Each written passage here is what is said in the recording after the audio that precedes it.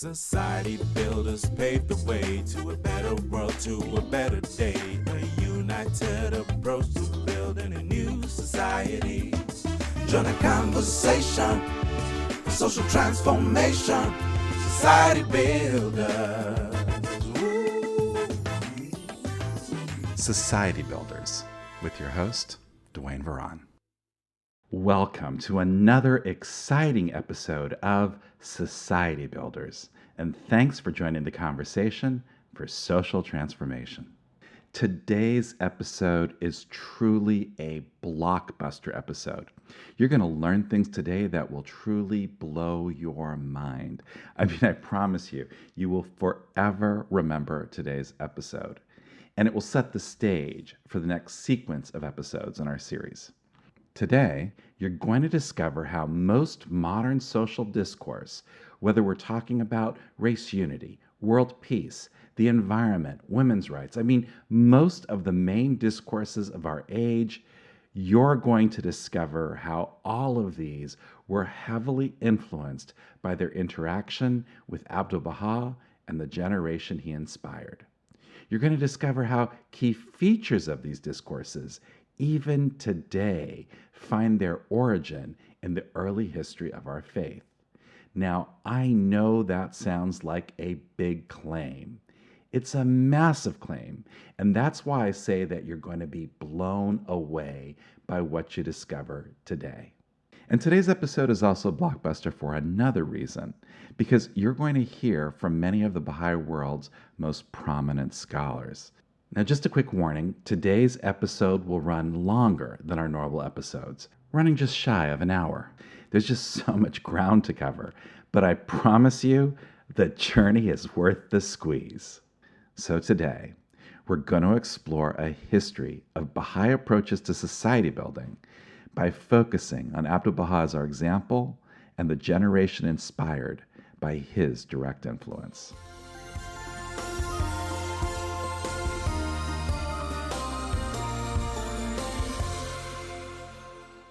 Now, for those of you less familiar with the Baha'i faith, we should start today's adventure with a little bit of background. Baha'u'llah, of course, was the founder of the Baha'i faith. Baha'is view him as a manifestation of God, someone who received and shared direct revelations from God with humanity, revelations which form the basis of our faith. And Baha'u'llah shared his teachings as a prisoner. He spent over 40 years of his life as an exile and prisoner, moving from prison to prison until he ended up in the prison city of Akka in the Holy Land, which at the time was part of the Ottoman Empire. Now, Abdu'l-Baha, who I referred to earlier, was the oldest son of Baha'u'llah, and he plays a central role in the Baha'i faith.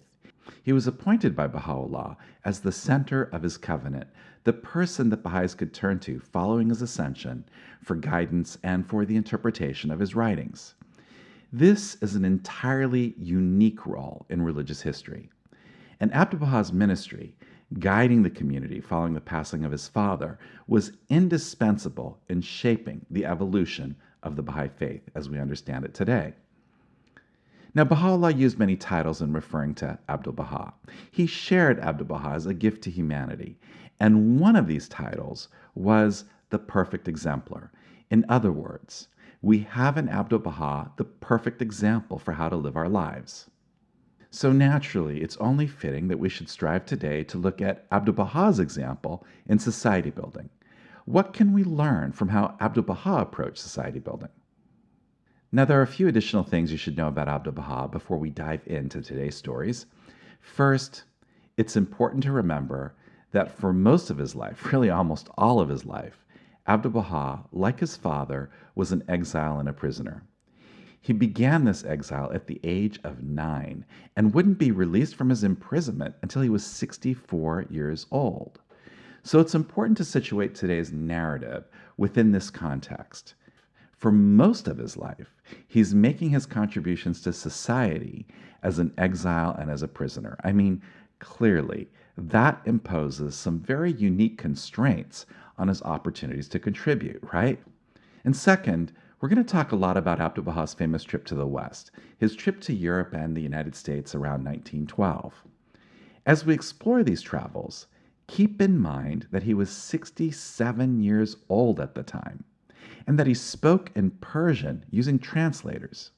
So you can imagine that this introduces other challenges in terms of his public speeches. So these are some further constraints. And finally, with the outbreak of the First World War in 1914, Abdu'l-Baha's ability to travel and correspond was entirely curtailed.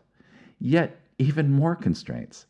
So we're talking about the contributions of a prisoner who couldn't travel until he was 67, and even then could only travel for a very short window of a year or two.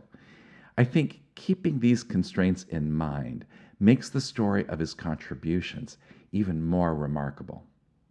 Now, we're going to explore Abdu'l-Baha's contribution to society building, to both public discourse and social action, across a number of different arenas that are still, even today, reflective of the real needs for society building, across racial unity, economics, education, the empowerment of women, world peace, the environment, governance, and more. You'll see just how extensive his influence was, both in being substantive and enduring.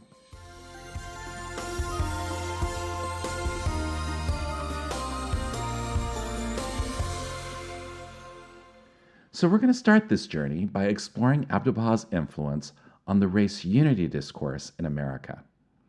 But first, some context.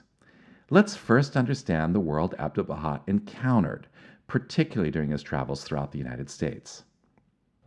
The America that Abdu'l-Baha arrived in back in 1912 was a truly racist society. Yes, slavery had been abolished, but so many of the gains that followed were almost immediately whittled away, leaving most of Black America, particularly in the American South, with no vote, few rights, and terrorized by horrific acts committed by people who knew they would face no criminal prosecution. And there was an intellectual dimension to the racism. Where in previous intellectual circles people may have once been denouncing slavery, these same circles were cultivating a truly racist discourse in the post-Civil War era, one that often saw Black rights as having already gone too far. This legitimized racism. And there was a religious dimension to this as well. Churches which may have once advocated for the abolition of slavery were now entirely silent on questions of race. This resulted in a despiritualization of how white America saw Black America. It meant that the oppression of Black America was no longer seen as a moral dilemma. So the discourse of the day, across both public and intellectual circles, often justified racism, and the religious discourse of the day simply turned a blind eye. I share this background with you so that you can understand the America that Abdu'l-Baha encountered during his travels in America in 1912. Auburn University professor Dr. Guy Emerson Mount helps us contextualize the audience that Abdu'l-Baha spoke to at the time. Here's Dr. Mount. Let's remember, Abdu'l-Baha arrives. They're formerly enslaved peoples he's talking to. He's talking to people who were property in the beginning portions of their lives. That's the level of divergence between Abdu'l-Baha's message. There were people still trying to bring slavery back. There were people still that thought it was a mistake, right, to end slavery, that slavery ending was a bad thing. Of course, Abdu'l-Baha spoke extensively on the subject of race unity. He spoke at Black colleges, at churches, at public halls, and he always insisted that these venues could not segregate during his talks, even though in some places that was illegal. Just speaking at such venues was often hugely controversial. It made waves. And perhaps the biggest wave of all, his most impactful speech, was to the 4th Annual Convention of the NAACP, the primary arena bringing together those seeking racial equality. Abdu'l-Baha's talks, particularly those addressing race unity, were extensively covered by the Black press. In fact, a number of the leading Black journalists of the day actually embraced the faith. So Abdu'l-Baha's talks got extensive coverage in the Black press. And Baha'is like Louis Gregory spoke to tens of thousands of African Americans. Here's Dr. Robert Stockman, who's written a number of books on the early American believers, describing Louis Gregory's speaking tours. Then, of course, we have Louis Gregory's frequent trips to the South, where he spoke especially to historically Black colleges and universities, HBCUs. I should add that he also spoke to Black business associations and other organizations of African Americans. And so Louis Gregory was frequently being invited by groups like that to speak. And so certainly they would have heard of the faith through Louis Gregory and his efforts. That may even have been a bigger influence than the Chicago Defender and the Crisis, because he would have reached tens of thousands of people, not just by a quick skim of an article, but listening to him speak for half an hour or so. And so I think that likely is a major source of Baha'i influence on the development of the African American community in the country. And let's not forget the contributions of the white American Baha'i community. The white Baha'i believers of this time interacted and engaged extensively with Black America.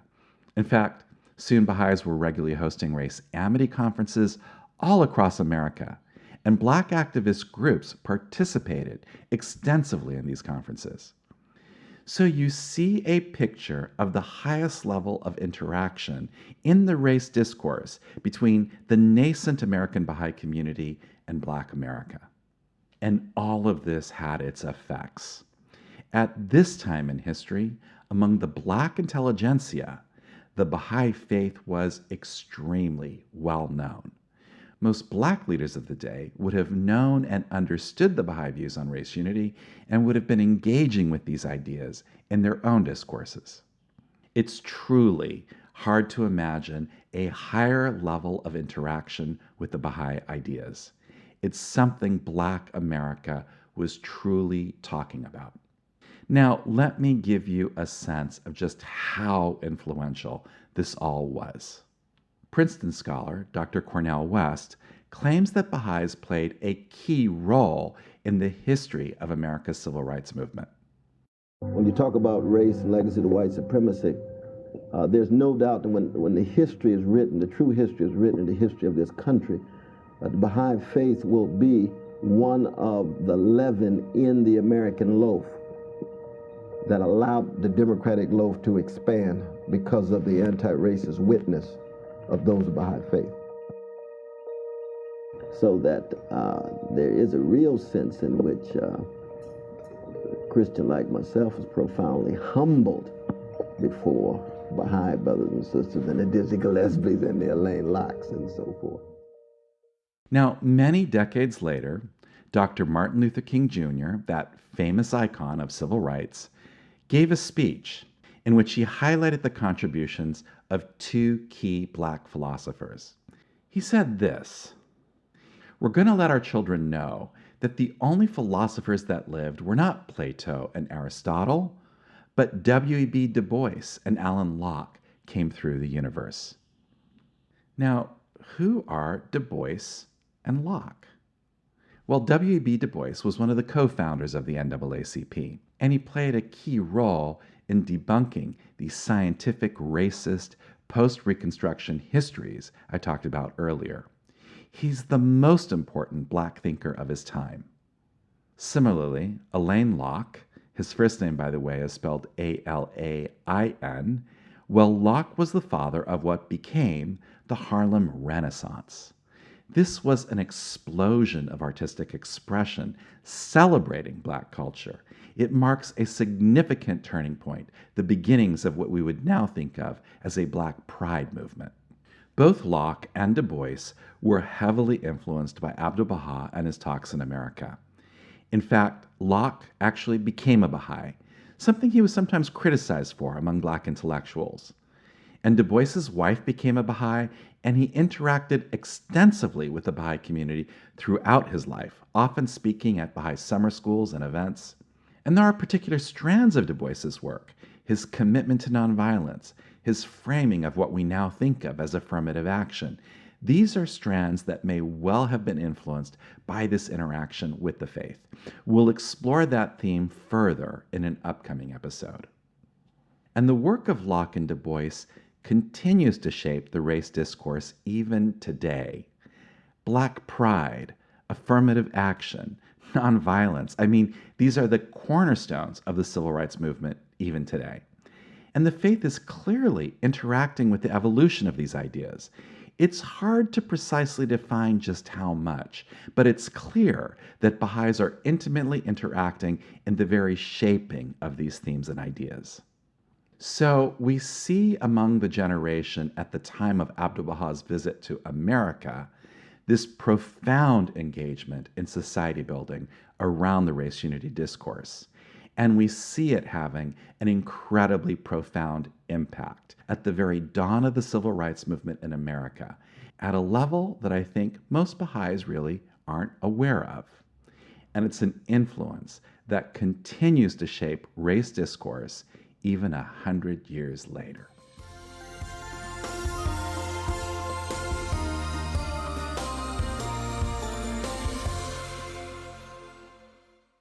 Okay, next we're going to explore Abdu'l-Baha's engagement with the economic issues of his day, particularly in the context of his immediate surroundings in the Holy Land. For Abdu'l-Baha, particularly in a situation and context, this means farming, as there was no real industry in the Holy Land outside of agriculture at the time. Now, in Abdu'l-Baha's time, the territory around Akka and the Holy Land was largely desolate. Many villages had been abandoned. There was little security. The terrain was mostly rocky, swampy, or desert, not particularly well suited to farming. But in 1876, the new Ottoman Sultan, Abdul Hamid II, was eager to turn things around, and so he sought to find opportunities to bring these villages back to life. In this context, Abdu'l-Baha arranged for the purchase of 4 villages at incredibly low prices. These were the villages of Nurib, Juna, Es Samra, and Adasiyeh. Now, these abandoned villages then needed to be settled, so Abdu'l-Baha encouraged farmers from Iran to move in, settle there, and help bring new farms to life. He did this on incredibly generous terms, providing the farmers with 80% of the proceeds from these farms. Soon, the farms became the envy of the region, with orchards of fruit and grains of all kinds. Where there was swampy land, eucalyptus trees were planted, not only helping to absorb the moisture, but also helping prevent the outbreak of diseases like malaria. Many fruits were first introduced to the Holy Land in this way. And Abdu'l-Baha also cultivated community.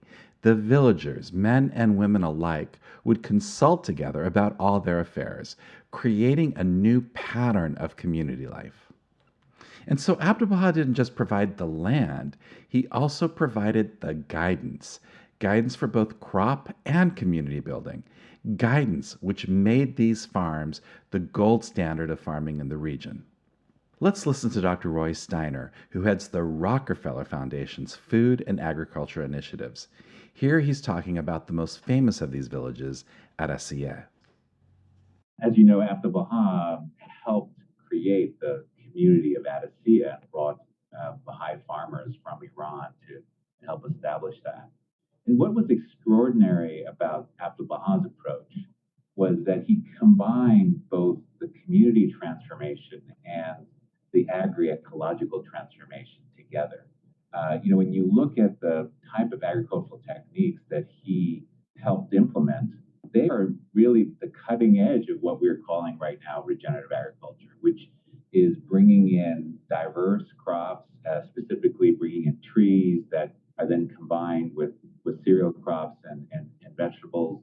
And this idea of creating ecological harmony that's reinforce each other is really something that actually creates the greatest productivity and the greatest resilience in a farming system. So not only did he, bring that, which is a real contrast to a lot of the industrial systems we have today, but then he also combined that with this community building efforts of really implementing consultation in the village, really bringing gender and women's voices into the decision-making process. And it's really that combination of an incredibly empowered community that's building its capacity using really advanced scientific approaches to create the most productive system.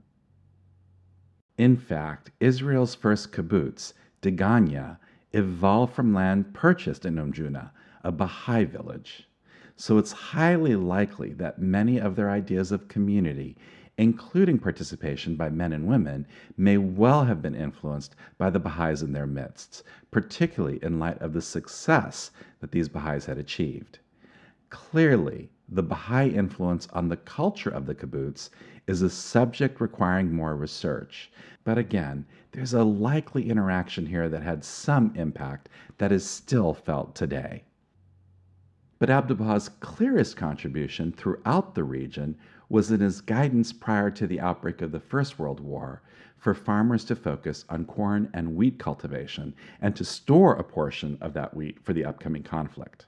What we see in his engagement with farmers is that he not only warned people, but he prepared people for it as well. So throughout the region, across the regions of the Sea of Galilee, in Tiberias and Adessia, in all these regions, Abdu'l-Baha actively encouraged the farmers to grow corn and wheat, and to store some of that corn and wheat for what he knew would be the coming tempest. And Abdu'l-Baha's reputation among the farming community was such that by this stage, many farmers actually followed his advice. Now, when the war broke out, the Palestinian territory, as it was then known, was placed under a military embargo, completely cutting off their access to food.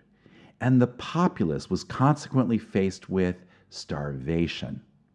But it was the corn and wheat, which had gone into storage by farmers who followed Abdu'l-Baha's advice, that ultimately saved people, including over 200 camel loads of grain delivered by the Baha'i farmers for the poor in Akka. In fact, in future years, bandits in the region would always allow Baha'i pilgrims to pass through without incident, in gratitude for this good deed. Here, Abdu'l-Baha's story has parallels with the story of Joseph in the Bible, where Joseph predicted a famine, stored grain, and saved the populace. So Abdu'l-Baha's guidance literally saved lives. It saved the populace in this part of the Holy Land. And Abdu'l-Baha was ultimately knighted by the British Crown for the role he played in saving the population in this way, a title, by the way, which he never used and which he heavily downplayed. So again, we see in Abdu'l-Baha's example the highest level here of contributing to society, in economic terms, literally saving people's lives.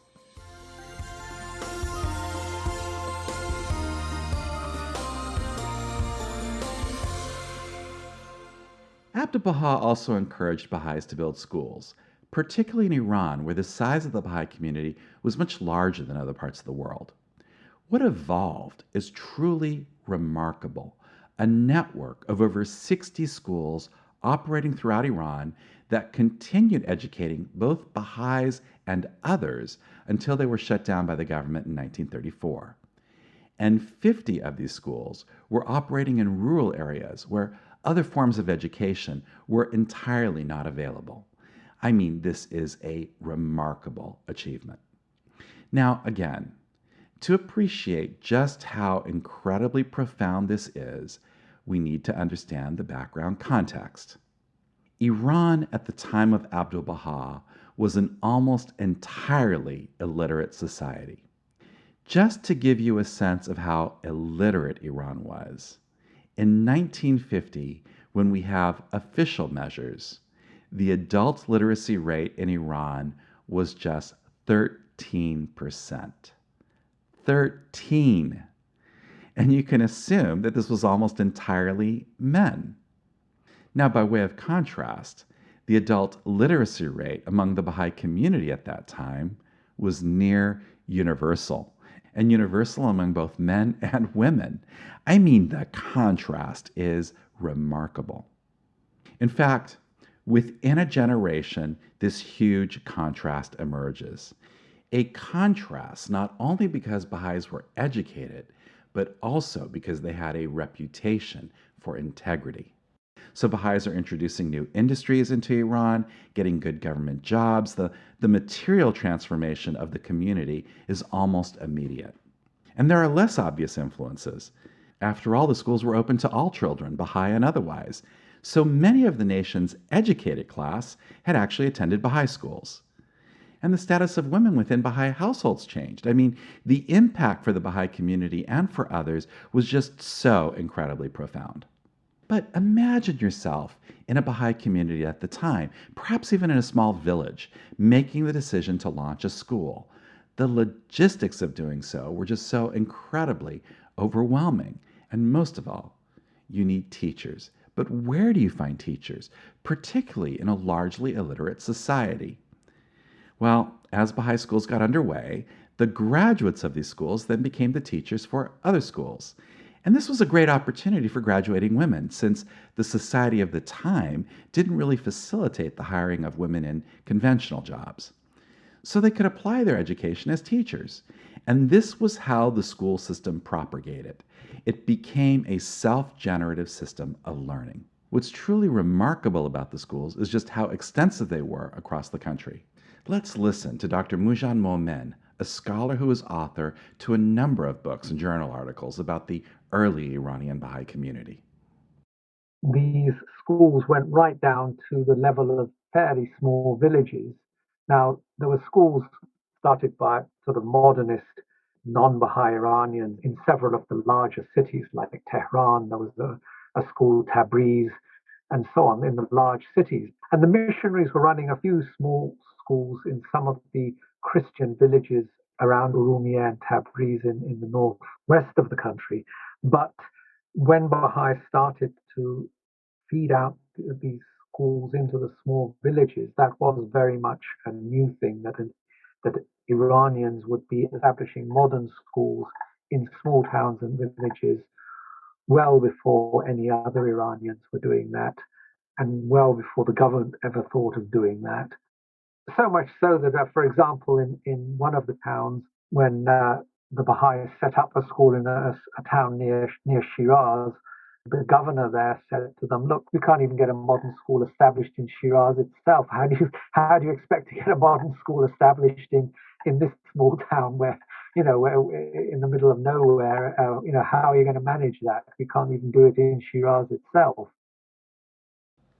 Of course, due to religious persecution, the Baha'i schools were shut down in 1934, denying education to both Baha'is and wider society. And it would be decades before any schooling was again provided to children in many of these smaller towns and villages throughout Iran. But by that stage, universal literacy had already been achieved within the Baha'i community. And so families could play a role in ensuring for the education of their children. It catapulted the community. The transformation of the Baha'i community and its contributions to the society around it truly provide a remarkable chapter in Iranian history and provide a great example of society building.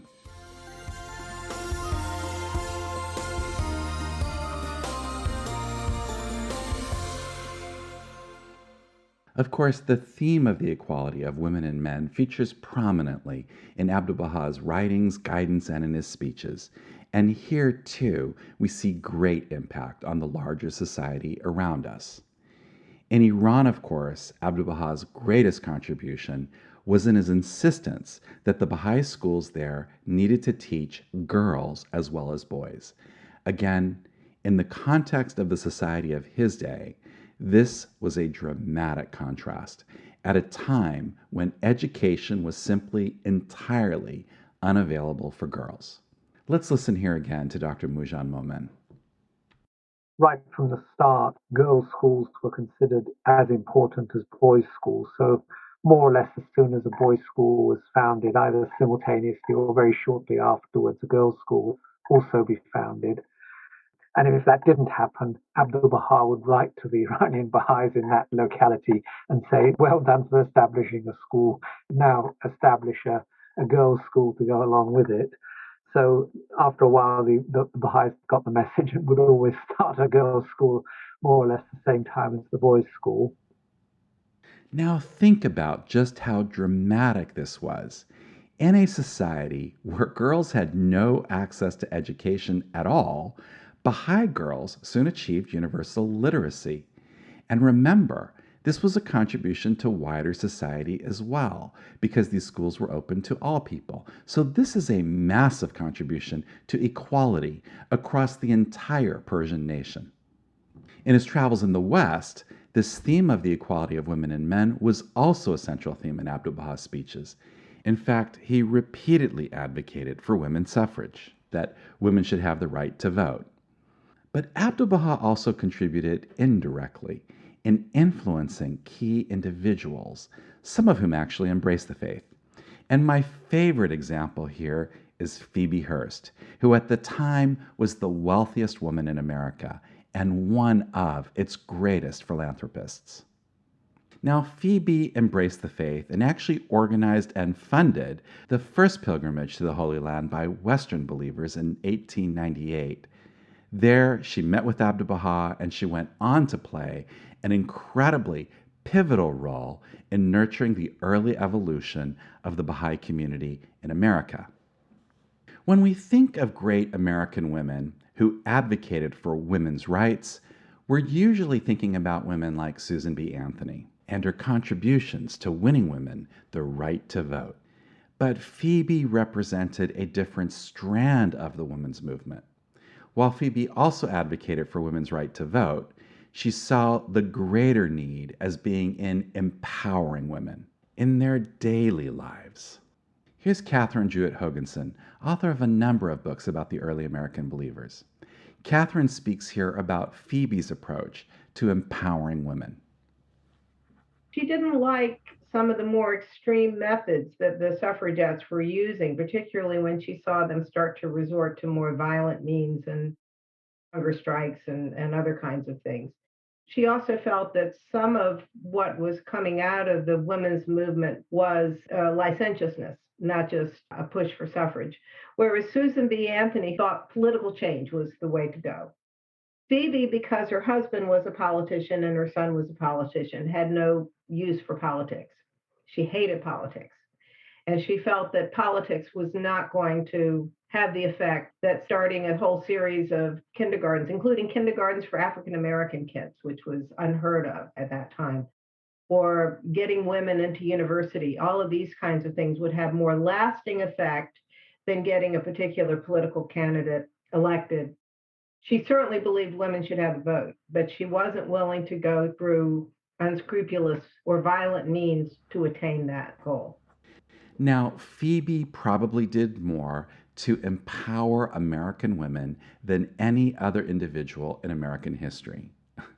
Now, I know that's a big claim, but we'll explore that theme further in a future episode so you can get a more comprehensive picture of just how significant her contributions were. Now, Phoebe truly empowered women. For example, responding to the oppressive circumstances under which seamstresses were employed, she organized women so that they could provide their own seamstress services, completely bypassing the factories. She was responsible for the admission of women in medical schools and as practicing doctors in hospitals. She was the co-founder of the Parents Teachers Association, the PTA, so that mothers could have a stronger voice in the education of their children. I mean, the PTA is probably the single greatest influence on education in America even today, over a century later. She started the first women's studies program at the University of California in Berkeley. I mean, the list goes on and on. She is, without a doubt, one of the most influential heroines of the women's rights movement in America. And of course, she was a Baha'i. Now, it's hard to know just how someone like Phoebe was ultimately influenced by the faith. There's an interaction with the faith. The faith attracts people who share in its beliefs, and it interacts with them to further shape their beliefs. But the point here really is that Baha'is are interacting with their societies and the social discourses of their day in truly deep and meaningful ways, ways that positively contribute to their societies. So in both East and West, we see this remarkable interaction in empowering women.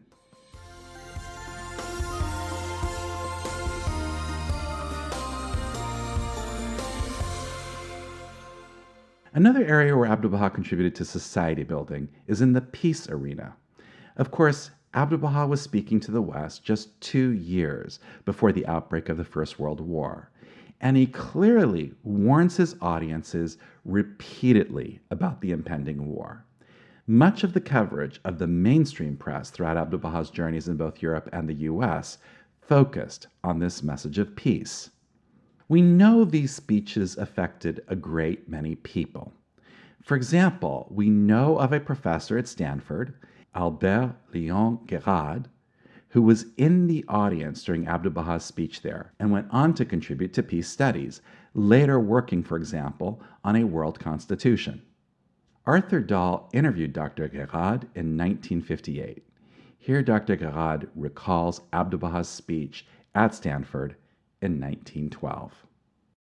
I still remember the assembly hall and the two figures that seemed to come from a remote country and remote ages. Abdu'l-Baha in colorful garments and with a white flowing beard, and his interpreter all compact, dark, and with very keen expression.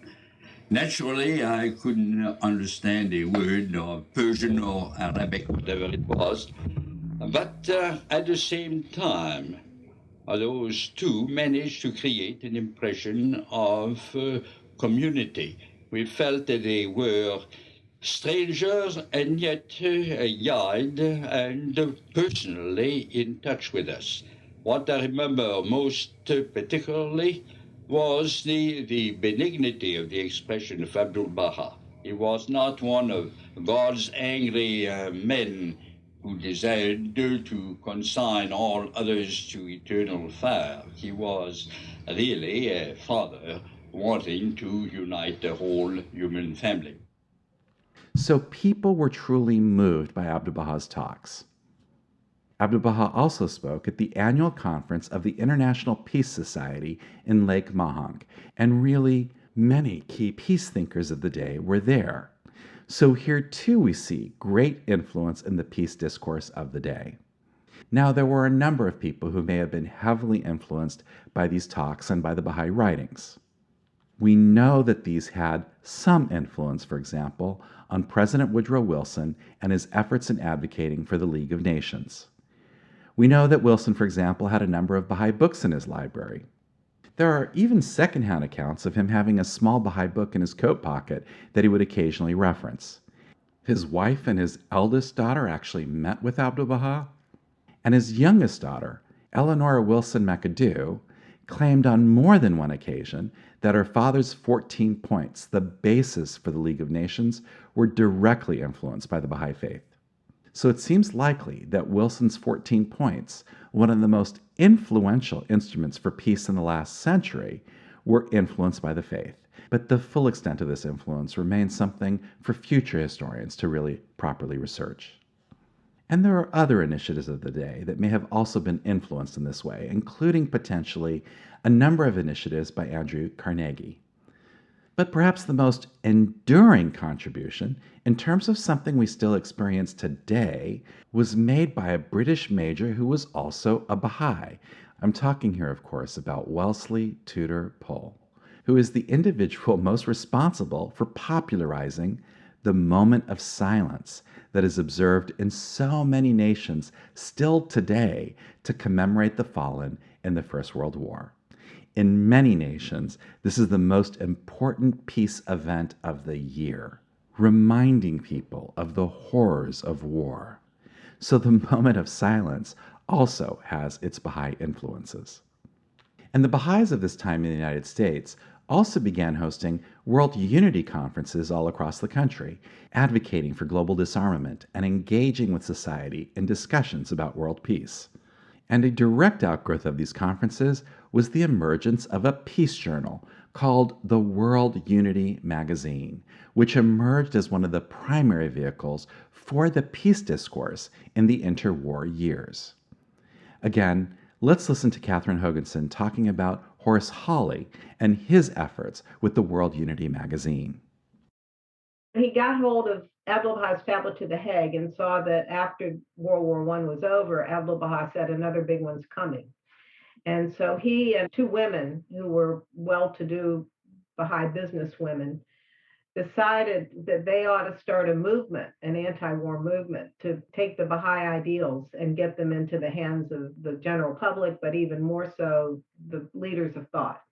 Their scheme was to have local chapters set up and to have a magazine. And so they set up the World Unity Foundation and magazine, and it was based in part on a series of World Unity conferences, which had been carried out by the NSA. They're getting Nobel laureates and all kinds of important people submitting articles for it. And they have some really big muckety mucks. The Supreme Court Justice Charles Evans Hughes. They had John Dewey, the famous philosopher, educator. They had Syngman Rhee, who was the first president of the Republic of South Korea, as well as a number of prominent thinkers of the time. It was getting a readership of people who were internationally minded and free thinkers. There was a feeling that it was having an impact, but just at the point where it was starting to take off, the Great Depression hit. And suddenly the capital to keep it going until it could be self-sustaining was no longer available. So we see this incredibly strong interaction with the peace discourse of the day, particularly in that interwar period leading up to the Great Depression. Yet another example of the generation of Abdu'l-Baha's time contributing to the discourse on peace.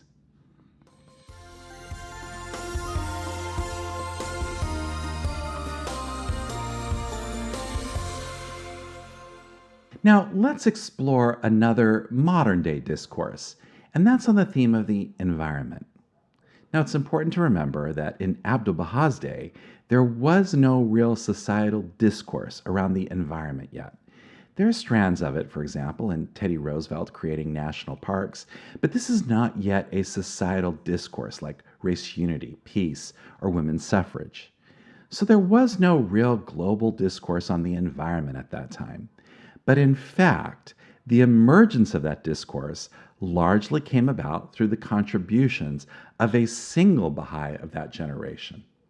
And so we find this Baha'i influence in the emergence of the global discourse on the environment, finding its origins in the work of a remarkable believer, Richard St. Barbe Baker. Paul Hanley has written 2 books about St. Barbe Baker and tells us the story of how Baker started this discourse. In 1922, St. Barbe was working as assistant conservator of forests in Kenya, but he basically had no budget to do reforestation. And he found out really his real role was kind of facilitating exploitation of the forest. So he decided, okay, if I'm going to get anything done in terms of conservation, I'm somehow going to have to get the local people involved in this. So he went to the elders of the Kikuyu tribe and said, we've got to replenish the forests because they're being depleted. And they said, no, that's God's work. God plants the trees. And he said, but we have to help God. And they said, well, what you need to do is maybe have a dance, because everything in their culture was, when we plant, we dance, when we harvest, we dance. So he created the dance of the trees and invited all the youth to come to the dance of the trees. He had an animal like a bull that he gave to the winner, and bracelets for the girls, and whoever won this thing. It was just a way of bringing people out. And so they had this dance in 1922, so 100 years ago. And thousands of people came out, thousands of young men and women came out, danced together. And then he gave them inspiring talks about the importance of tree planting. And they all pledged to plant, 5 trees and do a good deed every day. So it was kind of a practical and moral movement he was creating, and he called it the Men of the Trees. Still exists, now called the International Tree Foundation. And so he started this group amongst these young people in Kenya. And then he decided that, well, maybe this Men of the Trees could become an international group. So he went back to England, started a Men of Trees there, started Men of the Trees in Palestine, and started building this movement all over the world. Eventually, over 100 countries had members. I think it was probably the first environmental and non-governmental organization in the world on a larger international scale. Now, as you heard, St. Barb Baker founded the Men of the Trees, which more recently changed its name to the International Tree Foundation, which has gone on to plant literally billions of trees worldwide over the course of the past 100 years. Some estimates assume that they may have saved or planted as many as 30 billion trees in that period. And many of the key conservationists that followed were influenced directly by St. Barb Baker. And the billions of trees that they then planted also find their roots back to this remarkable man. It's hard to think of a person that has achieved more for the environment than St. Barb Baker, truly the first to cultivate a global discourse around the environment.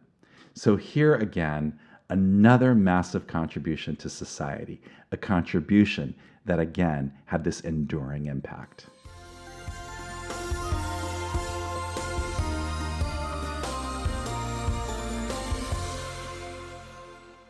Another way that Abdu'l-Baha contributed to society was in advice he regularly gave, shaping approaches to governance, particularly governance with integrity. Now, some of this relates to his immediate circumstances. In the localities in which he lived, Abdu'l-Baha quickly emerged as someone that leaders could turn to for advice and assistance. Sometimes this was in the role of mediator, helping resolve differences between individuals. Sometimes it was in giving advice. In fact, leaders throughout the region would often turn to him for guidance.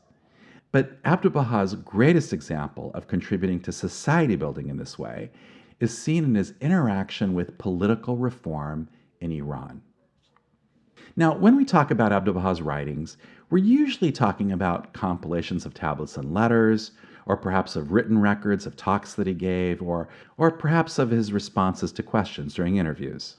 But Abdu'l-Baha actually wrote 3 books, 2 of which specifically focus on political reform.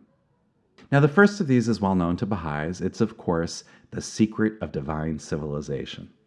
Lesser known, perhaps, is his Treatise on Politics, a book which hasn't yet been translated and released, but which the Baha'i World Center promises will be released imminently, perhaps even this year.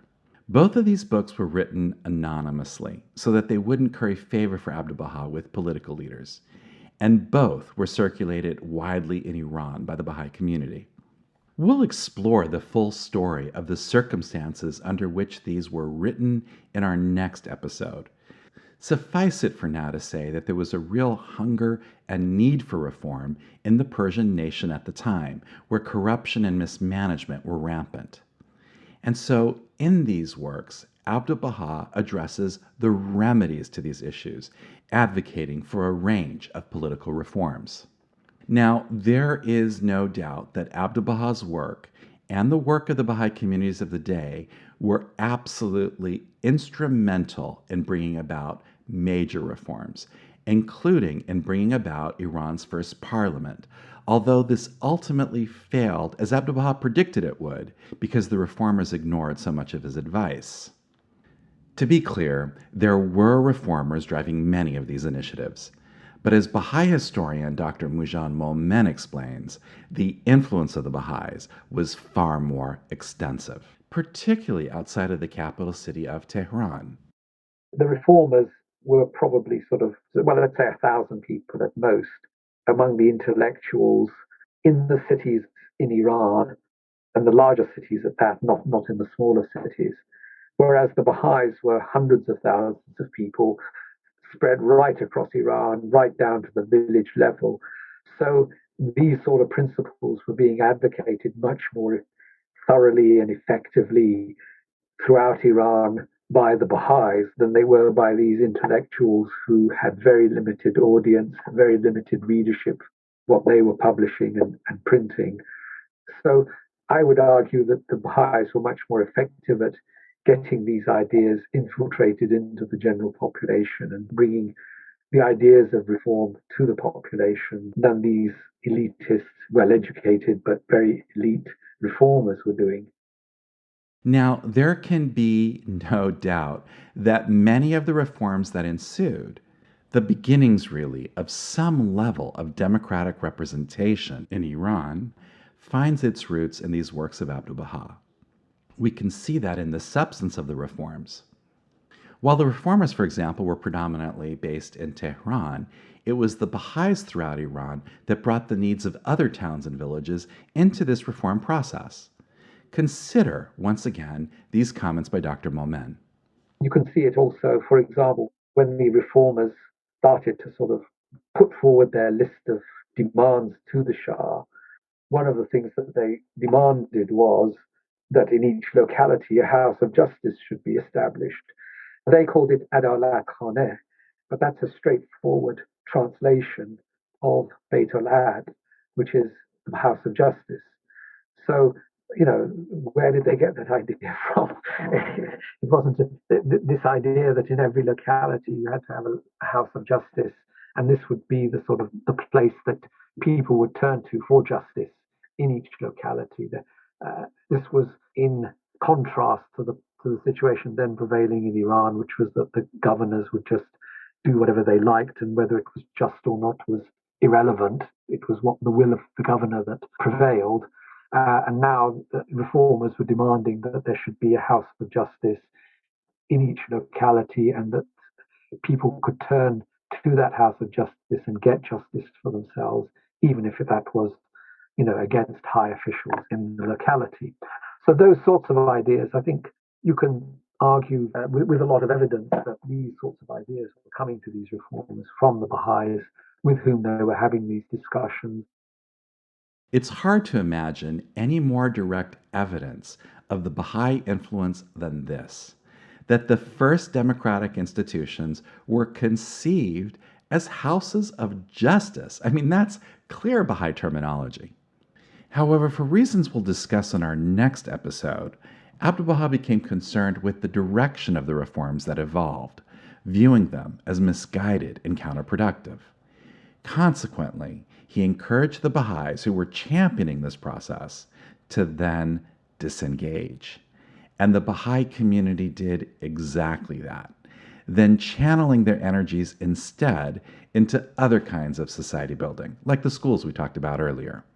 Again, it's a remarkable chapter in this story, which we'll explore further in our next episode.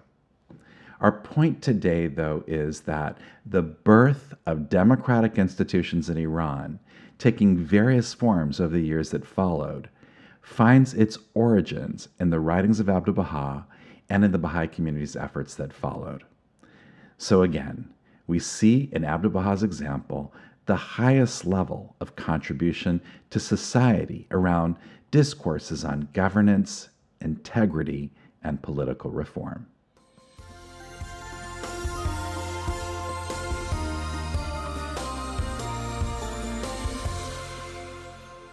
Now, it's important to remember that in this episode, we've only scratched the surface. There were Baha'i communities around the world, each making their contributions to society building in their time and place. Here's Dr. Robert Stockman again.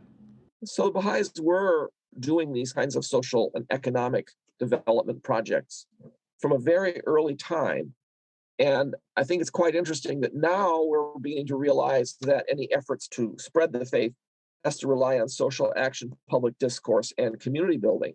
So it's like the three-legged stool.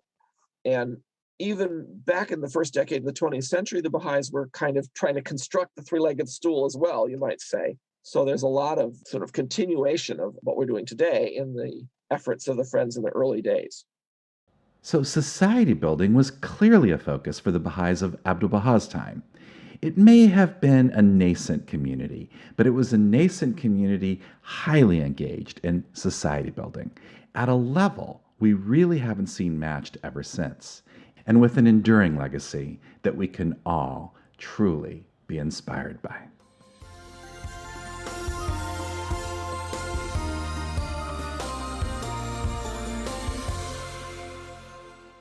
So there you have it. Aren't you blown away when you realize just how amazing Abdu'l-Baha's contributions were to society building? Contributions which still shape these discourses over 100 years later.